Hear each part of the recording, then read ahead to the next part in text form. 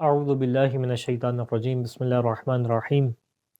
امام زین العابدین علیہ الصلوۃ والسلام کی انتہائی معروف حدیث رسالۃ الحقوق، جس کے اندر امام نے انسان کے نفس کا، اللہ کا اور مختلف انسان کے جس سے انٹریکشنز ہوتا ہے، ان کے مختلف طبقات میں مختلف حقوق کو بیان کیا۔ اس حدیث کے ذیل میں گفتگو جاری ہے، اور اس مرحلے پہ آ کے امام اب حق بیان کر رہے ہیں کہ جو انسان کے سرپرست ہیں، اور یہاں پہ امام نے 3 اعتبار سے تقسیم کی ہے جو تمہارے سرپرست ہو سکتے ہیں۔ ایک تقسیم وہ ہے کہ جہاں امام نے یہ بتایا کہ ممکن ہے سرپرست ہونے والا حاکم ہو، تو اس کا حق کیا ہے، کہ ممکن ہے سرپرست ہونے والے تمہارا استاد ہو، تمہارے علم میں تمہاری مدد کرنے والا ہو، یا ممکن ہے سرپرست جو شخص ہے وہ تمہارا ملکیت کے اعتبار سے، مال و دولت میں تمہارا سرپرست ہے۔ ان 3 طبقات کے حق جو ہیں وہ امام نے بیان کیے۔ سب سے پہلے جو امام حق بیان کرتے ہیں وہ معاشرے کا انتہائی اہم ترین طبقہ کہ جو حکمران ہیں۔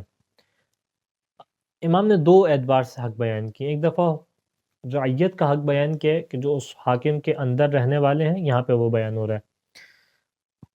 اگلے مقام پہ امام جو حق بیان کریں گے وہ حق بیان کریں گے کہ جو حاکم کے اوپر رعیت کے لیے ہے، یعنی حکمران کے اوپر لوگوں کے لیے۔ اس مرحلے پہ جو حق بیان کر رہے ہیں وہ لوگوں کے لیے، جو حکمران، لوگوں کی گردن پہ حکمران کے لیے، اس کو بیان کر رہے ہیں۔ ہم حق و سعیسکا بالسلطان، کہ جو تمہاری سلطنت کے امور کو دیکھنے والا ہے۔ فَأَن تَعْلَمْ، اس کا حق کیا ہے، فَأَن تَعْلَمْ أَنَّكَ جُعِلْتَ لَهُ فِتْنَةً، کہ تم، اس کا حق یہ ہے کہ تم جان لو، کیا جان لو، کہ تمہیں اس کے لیے آزمائش قرار دیا گیا ہے، یعنی اس کی اللہ نے آزمائش تمہارے وجود کے اندر رکھی ہے کہ تمہارے ساتھ وہ کس طریقے سے پیش آتا ہے۔ اگر اچھے، یعنی ہم سب دنیا میں موجود ہیں اور اس اعتبار سے ہیں کہ ہمیں ایک لمحے میں پھر آخرت میں چلے جانا ہے، ایک لمحہ، ایک مرحلہ وہ آئے گا۔ اب یہ اس کی آخرت کا دار و مدار تمہارے اوپر اللہ نے قرار دیا ہے کہ تمہارے ساتھ یہ حاکم کس طریقے سے پیش آتا ہے۔ اب اگر تمہارے ساتھ یہ اچھے سے پیش نہیں آ رہا اور اس عمل کے اندر کمزور ہو رہا ہے، تو یقیناً اپنے لیے عقاب کو جمع کر رہا ہے، اپنے لیے آتش جہنم کو جمع کر رہا ہے۔ تو یہ تم جان دو کہ تمہارے وجود کے ذریعے سے اس کے لیے آزمائش ہے، اس کے لیے امتحان ہے۔ وَأَنَّهُ مُبْتَلًا فِيكَ بِمَا جَعَلَهُ اللَّهُ لَكَ لَهُ عَلَيْكَ مِنَ السُّلْطَانِ، اور اللہ نے اس کو امتحان میں ڈالا ہے تمہارے ذریعے سے، جو اس کو یہ سلطنت اور حکمرانی قرار دیا اس کے لیے۔ وَأَن تُخْلَصَ لَهُ فِي النَّصِيحَةِ، بس اب تمہارا ایک کام تو یہ ہے کہ تم یہ جان لو کہ اس کا امتحان تمہارے وجود کے اندر ہے۔ دوسرا تمہارا کام کیا کہ اس کے لیے مخلص رہو، اس کے لیے جو ہے خیر خواہ والا انداز رکھو۔ وَأَلَّا تُمَاحِقُهُ، اور نہ جو ہے وہ اس سے بغیر کسی، یعنی وجہ کے، بغیر کسی عذر کے تم کیا کرو، اس سے تنازع کرو، اس سے جو ہے وہ تخاصم کرو، یعنی بلا وجہ میں الجھنے کی ضرورت نہیں ہے، کوشش کرو کم الجھو اس حاکم سے۔ وَقَدْ بُسِطَّ يَدُهُ عَلَيْكَ فَتَكُونَ سَبَبُ حَلَاقِ نَفْسِكَ وَحِلَاقِهِ، اگر تم اس سے بلا وجہ میں الجھو گے، یہ بلا وجہ کا لفظ میں اپنی جانب سے داخل کر رہا ہوں، اگر تم اس سے الجھو گے، نتیجہ کیا ہوگا الجھنے کا؟ اس الجھنے کا نتیجہ یہ ہوگا کہ اس کے ہاتھ، یعنی اس کے جرائم تم تک پہنچیں گے، وہ تمہارے ساتھ جو ہے وہ جرم کا شکار ہوگا، اور پھر تم سبب بنو گے اس چیز کے، اپنی ہلاکت کے بھی اور اس کی ہلاکت کے بھی۔ اپنی کیسے، کہ تمہیں ظاہری طور پر نقصان پہنچائے گا۔ اس کی ہلاکت کیسے ہے؟ اس کی ہلاکت ایسے کہ جب تمہیں نقصان پہنچائے گا تو خود اپنی آخرت کو تباہ و برباد کرے گا۔ وَتَذَلِّلْ وَتَلَطِّفْ لِإِعْطَائِهِ مِنَ الرِّضَا مَا يَكُفُّكَ عَنْكَ وَلَا يَضُرُّ بِدِينِكَ، بس تمہارا کام کیا ہے کہ تم اس کے ساتھ اچھے سے پیش آؤ، انکساری کے ساتھ پیش آؤ، تم اس کے ساتھ نرمی کا رویہ رکھو۔ یعنی امام چاہتے ہیں کہ انسان اس طریقے سے حاکم اور رعیت کے درمیان ایک ایسا رشتہ ہو کہ رعیت حاکم کا احترام کرے، ہاں، تاکہ کیا ہو سکے، تاکہ تم تک اس کی رضائیت پہنچ سکے، کہ جس کے نتیجے سے کیا ہوگا، اس کا نتیجہ یہ ہوگا ایسی رضائیت کہ اس کے جرائم، وہ اس کے ہاتھ تم سے روکے رہیں گے، اس کے پاس طاقت ہے، قدرت ہے، وہ تمہارا بگاڑے گا نہیں کچھ جب تم سے راضی ہوگا، اور نتیجہ تمہارا دین بھی خراب نہیں ہوگا۔ وَتَسْتَعِينُ عَلَيْهِ بِذَلِكَ بِاللَّهِ، یہ مقام ایسا محسوس ہوتا ہے کہ آسان نہیں ہے، اس لیے امام کہہ رہے ہیں کہ اس کام کے اندر اللہ سے مدد طلب کرو۔ ولا تعاظه ولا تعاند، اور تم اس کی جو ہے وہ اس طریقے سے پیش نہ ہو کہ اس کے سامنے اپنی عزت کو بڑھانے کی کوشش کرو، بلکہ اس طریقے سے پیش آؤ کہ جس طریقے سے ایک نرم رویے کے طور پہ پیش آتے ہیں۔ ولا تعاظه یعنی اپنی عزت کو اس کے سامنے اس طریقے سے بڑھاوا نہ دو، یعنی اس کے سامنے ایسا نہ کوشش کرو کہ اس کو کسی طریقے سے نیچے دکھاؤ، اپنے آپ کو اونچا دکھاؤ، اس طریقے سے پیش نہ ہو۔ ولا تعاندو، اس سے بغض و عداوت لے کے نہ بیٹھو جو تمہارا حاکم ہے۔ فإنك إن فعلت ذلك، اگر تم نے اس انداز سے فعل انجام دیا، نتیجہ کیا ہوگا؟ عققتہ وعققت نفسک، تم نے اپنے نفس کو بھی اور اس کے نفس کو بھی مشکل اور اذیت سے بچا لیا۔ اس کا نفس اذیت میں کیسے جائے گا؟ اگر تمہارے ساتھ وہ ناانصافی کرے گا۔ اپنے نفس کو کیسے تم نے بچا لیا؟ کہ ظاہر سی بات ہے جب ناانصافی کرے گا تو تمہیں نقصان پہنچائے گا۔ فعرضتها لمکروہہ، تم نے کیا کام کیا؟ اس کو اس کام سے جو اس کے لیے کراہیت والا تھا، جو اس کے لیے نقصان دہ تھا، تم نے جو ہے اس سے بچا لیا اس کو۔ وعرضتہ للحلقۃ فیہ وکنت خلیقا ان تکون معینا لہ علی نفسک وشریکا لہ فیما اتی الیک۔ بس نتیجہ کیا ہوگا؟ اگر تم نے اس حاکم کے ساتھ، اس بادشاہ کے ساتھ اس طریقے سے پیش آئے کہ جس طریقے سے جو بتلائے گیا اس کے مطابق عمل نہیں کیا، بلکہ تم نے اس سے معاندت کی، تم نے اس سے دشمنی رکھی، تم نے کیا کیا؟ اس سے جو ہے وہ الجھنے کا شکار ہوئے تم، اور جو ہے وہ تم نے الجھنے پیدا کی اس سے، نتیجہ کیا ہوا؟ تم نے اپنے آپ کو بھی ہلاکت میں ڈالا، اس کو بھی ہلاکت میں ڈالا، اپنے آپ کو بھی معصیت میں ڈالا، اس کو بھی معصیت میں ڈالا، اور نتیجہ کیا ہوا؟ تم نے اس کو ایک ایسی چیز میں ڈال دیا کہ جو اس کے لیے صاحب کراہیت تھی، اور اپنے نفس کو بھی ہلاکت میں ڈال دیا۔ اور اگر اس طریقے سے تم نے کیا تو تم نے کیا کام کیا؟ تم ایک ایسی مخلوق قرار پائے، کنت خلیقا ان تکون معینا لہ علی نفسک، کہ تم نے اس کو اس چیز پہ بڑھایا، تم ایک ایسی مخلوق قرار پائے کہ جس نے اپنے ہی نفس کے اوپر اپنے ظالم کو ابھارا، اور اس کو جو ہے وہ تم نے اس کی مدد کی کہ تمہیں وہ نقصان پہنچائے۔ وشریکا لہ فیما اتی الیک، اور تم اس کے جرم میں خود بھی شریک ہو گئے، یعنی تم نے، کیونکہ تم اس طریقے سے معاملہ چلا سکتے تھے کہ تمہارے درمیان اور اس کے درمیان تصادم نہ ہو، لیکن تم نے یہ کام نہیں کیا۔ جب تم نے یہ کام نہیں کیا تو خود بخود کیا ہوا؟ خود بخود یہ ہوا کہ تمہارے خلاف اور اس کے جرم میں تم شریک ہو گئے۔ البتہ یہاں سے یہ بات واضح رہے کہ یہ جو امام بیان کر رہے ہیں اس کی بہت ساری ایکسیپشنز بھی ہوں گی، بہت سارے استثناءات بھی ہوں گے، لیکن ایک کلی قاعدہ کیا ہے، ایک کلی چیز کیا ہے کہ انسان اس طریقے سے پیش آئے کہ کم از کم بلا وجہ کے تصادمات سے بچے، بلا وجہ کی ان چیزوں سے بچے کہ جو تصادم کا سبب بنتی ہیں۔ ہاں لیکن کہیں اگر مجبوری ہے، کہیں اس کو اپنا حق حاصل کرنا نہیں مل رہا کہ اس کے بغیر نہیں ہے کوئی چارہ، تو صحیح ہے، اس کے مختلف روایات مختلف طریقے بیان کیے، لیکن یہاں پہ کیا بیان کیا جا رہا ہے کہ فضول قسم کے تصادمات سے انسان، فضول قسم کی ان چیزوں سے کہ جس کے ذریعے سے کچھ فائدہ نہیں ہونا، کچھ حاصل نہیں ہونا، لیکن نتیجہ کیا ہوگا؟ صرف نقصان پہنچے گا، تو اس سے انسان اپنے آپ کو بچا کے رکھے۔ وَلَا قُوَّةَ إِلَّا بِاللَّهِ، اور کوئی قدرت اور طاقت نہیں ہے سوائے اللہ کے۔ اس کے بعد امام حق بیان کرتے ہیں معلم کا، اما حق سائسک بالعلم، اس کا حق کہ جو تمہارے علم کے معاملات کو دیکھ رہا ہے، تو اس کا علم، اس معلم کا، اس استاد کا حق کیا ہے؟ فالتعظیم لہ، پہلا حق یہ کہ تم اس کی تعظیم کرو، والتوقیر لمجلسی، اس کی محفل میں جب تم بیٹھو تو انتہائی احترام کے ساتھ بیٹھو، یعنی اس کی تعظیم کرو، تمہیں علم دینے والا ہے، اس کی محفل میں بیٹھو تو انتہائی ادب و احترام کے ساتھ بیٹھو۔ وحسن الاستماع الیہ، اس کو اچھے سے سنو، اس کی باتوں کو استماع کے ساتھ سنو، یعنی کان لگا کے توجہ کے ساتھ اس کی بات سنو۔ والاقبال علیہ، اس کی باتوں کے اوپر عمل کرو، اس کی باتوں کے اوپر جو ہے وہ آگے بڑھ کے جو ہے وہ معاملہ کرو۔ والمعونۃ لہ علی نفسک فیما لا غنی بک عنہ من العلم، اور اپنے نفس کے اوپر کہ وہ تم تک علم پہنچائے، اس چیز میں کیا کرو؟ اس کی معاونت کرو، مدد کرو۔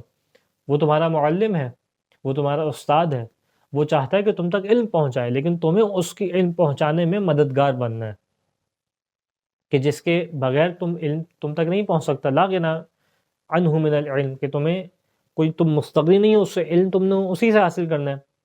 اور یہ کام کیسے ہوگا؟ یہ معاونت کیسے ہوگی؟ یہ اس کی مدد کیسے ہوگی؟ بأن تفرغ لہ عقلک، سب سے پہلے اپنے عقل کو، اپنے ذہن کو خالی ہو ذہن لے کے جاؤ وہاں پہ۔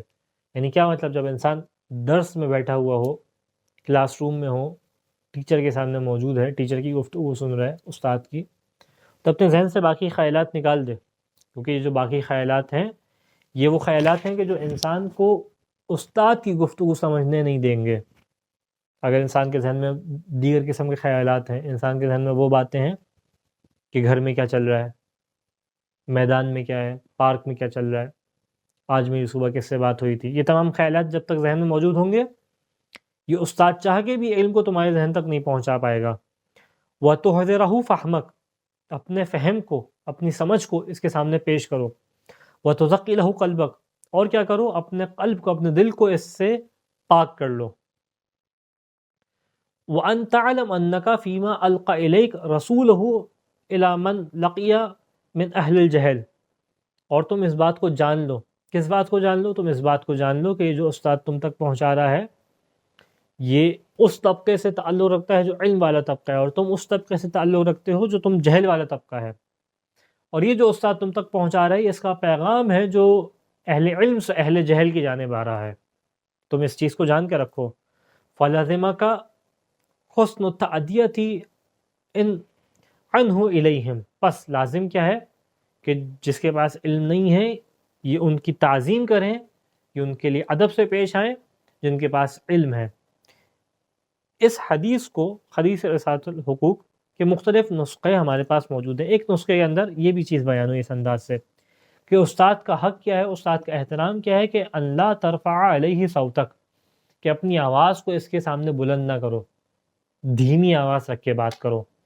ولا تجیب احدا یسألہ عن شیء، اور جب اس کی محفل میں اس کے سامنے کوئی سوال کرے تو تم جواب نہ دو، یہاں تک کیا ہو حتی یکون هو الذی یجیب، یہاں تک کہ وہ خود جواب نہ دے۔ یعنی بعض اوقات کلاس روم میں انسان احترام کرے، استاد ہے، دیکھ کے بات کرے، ایسا نہ ہو کہ کسی نے کوئی بات کی، استاد سے کوئی سوال پوچھا تو میں ہو سکتا ہے جواب آتا ہو، استاد کو جواب دینے دو، رکو ٹھہرو، یہاں پہ احترام کے ادب کے خلاف ہے کہ تم بڑھ کے جواب دے رہے ہو۔ ولا تحدث فی مجلس احدا، اس کے جب محفل میں بیٹھے ہو تو کسی سے بات چیت نہ کرو، استاد کی بات سنو، کسی اور سے بات کرنا استاد کے احترام کے خلاف ہے، استاد کی جو ہے وہ بات کرو، یہ مجلس کا احترام۔ ولا تغتاب عنہ عنده احد، اور کسی کے سامنے، استاد کے سامنے کسی کی غیبت نہ کرو، غیبت سے پرہیز کرو۔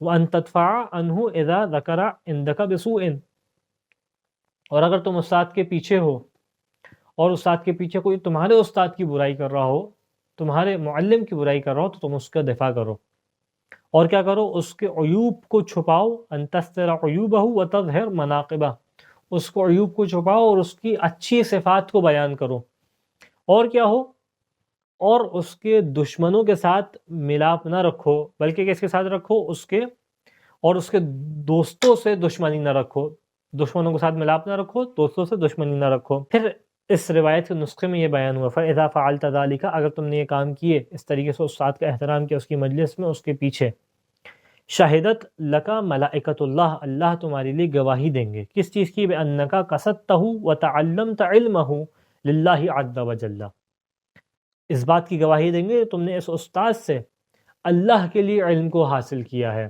یعنی جب تم اپنے آپ کو اس طریقے سے باادب بناؤ گے تو یہ ملائکہ گواہی دیں گے تم نے اس استاد سے علم کو اللہ کے لیے حاصل کیا، لا للناس، لوگوں کے لیے حاصل نہیں کیا۔ خلاصہ کیا ہے کہ لا تخنہ فی تأدیت رسالتہ والقیام بها عند اذا تقلدتہ، بس جب تم اس کی پیروی کر رہے ہو، اس کی بات کو مان رہے ہو، تو اس کے ساتھ خیانت نہ کرو، اور اس کے پیغام کے اندر خیانت نہ کرو۔ یعنی اپنے آپ کو اس طریقے سے بات تواضع ہو کہ انسان اپنے معلم کے سامنے، اپنے استاد کے سامنے پیش آئے۔ اور یقیناً جو علماء بیان کرتے ہیں کہ اس کے بعد ایک عجیب علم کے اندر ایک توفیقات کا دروازہ ہے جو کھل جاتا ہے جب انسان اپنے استاد کا اس انداز سے احترام کرتا ہے۔ لا قوت ولا حول ولا قوت الا باللہ، اور کوئی طاقت اور قدرت نہیں ہے سوائے اللہ کے۔ گویا ہر حق کے بعد امام کا یہ جملہ بتلا رہا ہے کہ اس فعل کے لیے، اس حق کو جاننے کے لیے، اس کے اوپر عمل کرنے کے لیے اللہ سے توفیق مانگو۔ اس کے بعد امام بیان کرتے ہیں وہ شخص کہ جو تمہارے علمی اعتبار سے تمہارا سرپرست ہے، اس کا تمہارے اوپر حق کیا ہے، مالی اعتبار سے تمہارا سرپرست ہے۔ اما حق و سائسکا بالملک، وہ جو تمہارے مالی امور کو دیکھنے والا ہے، فنحو من سائسکا بالسلطانی، اس یہ انداز ہے جس انداز سے تمہارے ملک اور حکمرانی کے امور کو دیکھنے والا ہے۔ لیکن یہاں پہ فرق کیا ہے؟ الا ان ھذا یملک ما لا یملکہ ذاک، لیکن یہ اس چیز کی ملکیت رکھتا ہے جس چیز کی وہ حاکم ملکیت نہیں رکھتا تھا. وَتَلْزِمُكَ طَاعَتُهُ فِي مَا دَقَّ وَجَلَّ مِنْكَ، اور جن چیزوں میں یہ شخص جو تمہیں مال دے رہا ہے، تمہاری مال سے کفالت کر رہا ہے، جن چیزوں میں وہ تم سے زیادہ دقیق ہے، جن چیزوں میں تم سے زیادہ علم رکھنے والا ہے، جن چیزوں کے اندر تم سے زیادہ صاحب جلالت ہے، اس چیز میں اس کی اطاعت کرو. إِلَّا أَن يُخْرِجَكَ مِن وُجُوبِ حَقِّ اللَّهِ، سوائے یہ کہ تمہیں ان چیزوں سے نکال لے جو اللہ نے واجب قرار دی ہیں. وَيَحُولُ بَيْنَكَ وَبَيْنَ حَقِّهِ وَحُقُوقِ الْخَلْقِ، اللہ یہ کہ اس چیز کے اندر ہو، یہ حائل ہو رہا ہو تمہارے درمیان اور اللہ کے حق کے درمیان، اور وہ اللہ نے جو مخلوقات کے حقوق قرار دیے اس کے درمیان حائل ہو رہا ہو. یعنی کسی واجب کے درمیان اس کی اطاعت نہ کرو، لیکن جہاں واجب نہ ہو اس کے علاوہ اس کی اطاعت کرو. فَإِذَا قَضَيْتَهُ رَجَعْتَ إِلَىٰ حَقِّهِ، اگر تم نے اس فعل کو انجام دیا اس انداز سے، یعنی جب تم نے اللہ کے حق کو ادا کر دیا اس انداز سے، رجعت إِلَىٰ حَقِّهِ، تم اس کے حق کی جانب پلٹ جاؤ. یعنی پہلے واجبات کو انجام دو، اور اس کی بات اگر کسی واجب سے ٹکرائی تو اس کی اطاعت نہ کرو. لیکن اگر اس کی بات کسی واجب سے نہیں ٹکرا رہی اور تمہیں کسی ایسی شے کی جانب نہیں لے کے جا رہی جو اللہ نے حرام قرار دی ہے، جب تم نے اللہ کے حق کو ادا کر دیا تو اب اس کے حق کو ادا کرو. یعنی اللہ کے بعد اس کا حق ہے جو تمہاری مالی اعتبار سے کفالت کر رہا ہے. فَتَشَاغَلْتَ بِهِ وَلَا قُوَّةَ إِلَّا بِاللَّهِ، اس کے حق کو ادا کرو اور اس کے حق کو ادا کرنے کے اندر جو اپنے آپ کو مشغول کر لو، اور کوئی قدرت اور کوئی طاقت نہیں ہے سوائے اللہ کے. خداوند متعال سے دعا ہے کہ ہمیں جو امام نے حقوق بیان کیے ان کے اوپر عمل کرنے کی توفیق عطا فرما. وآخر الدعوانا ان الحمد للہ رب العالمین.